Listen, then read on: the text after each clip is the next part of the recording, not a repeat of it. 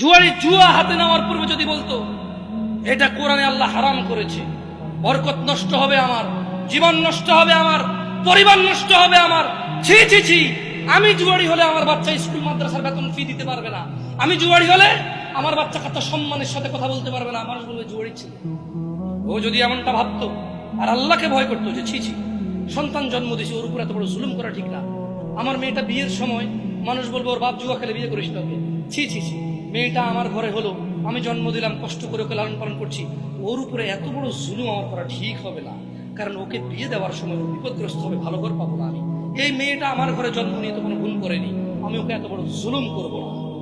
ওয়াত্তাকাউ, যদিও ভয় পেত জুয়া খেলার ক্ষেত্রে, ওয়াত্তাকাউ যদিও ভয় পেত ফজরে ঘুমিয়ে থাকার ক্ষেত্রে, ওয়াত্তাকাউ যদিও ভয় পেত সুদ খাওয়ার সময়, ওয়াত্তাকাউ যদিও ভয় পেত মিথ্যা বলার সময়, ওয়াত্তাকাউ যদিও ভয় পেত জিনা বিচারে লিপ্ত হওয়ার সময়, ওয়াত্তাকাউ যদিও ভয় পেত ঘুষ খাওয়ার সময়। কোথায় বলছে আল্লাহ?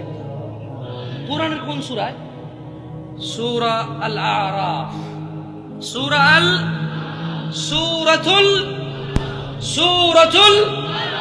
সূরাতুল আয়াত নম্বর 96।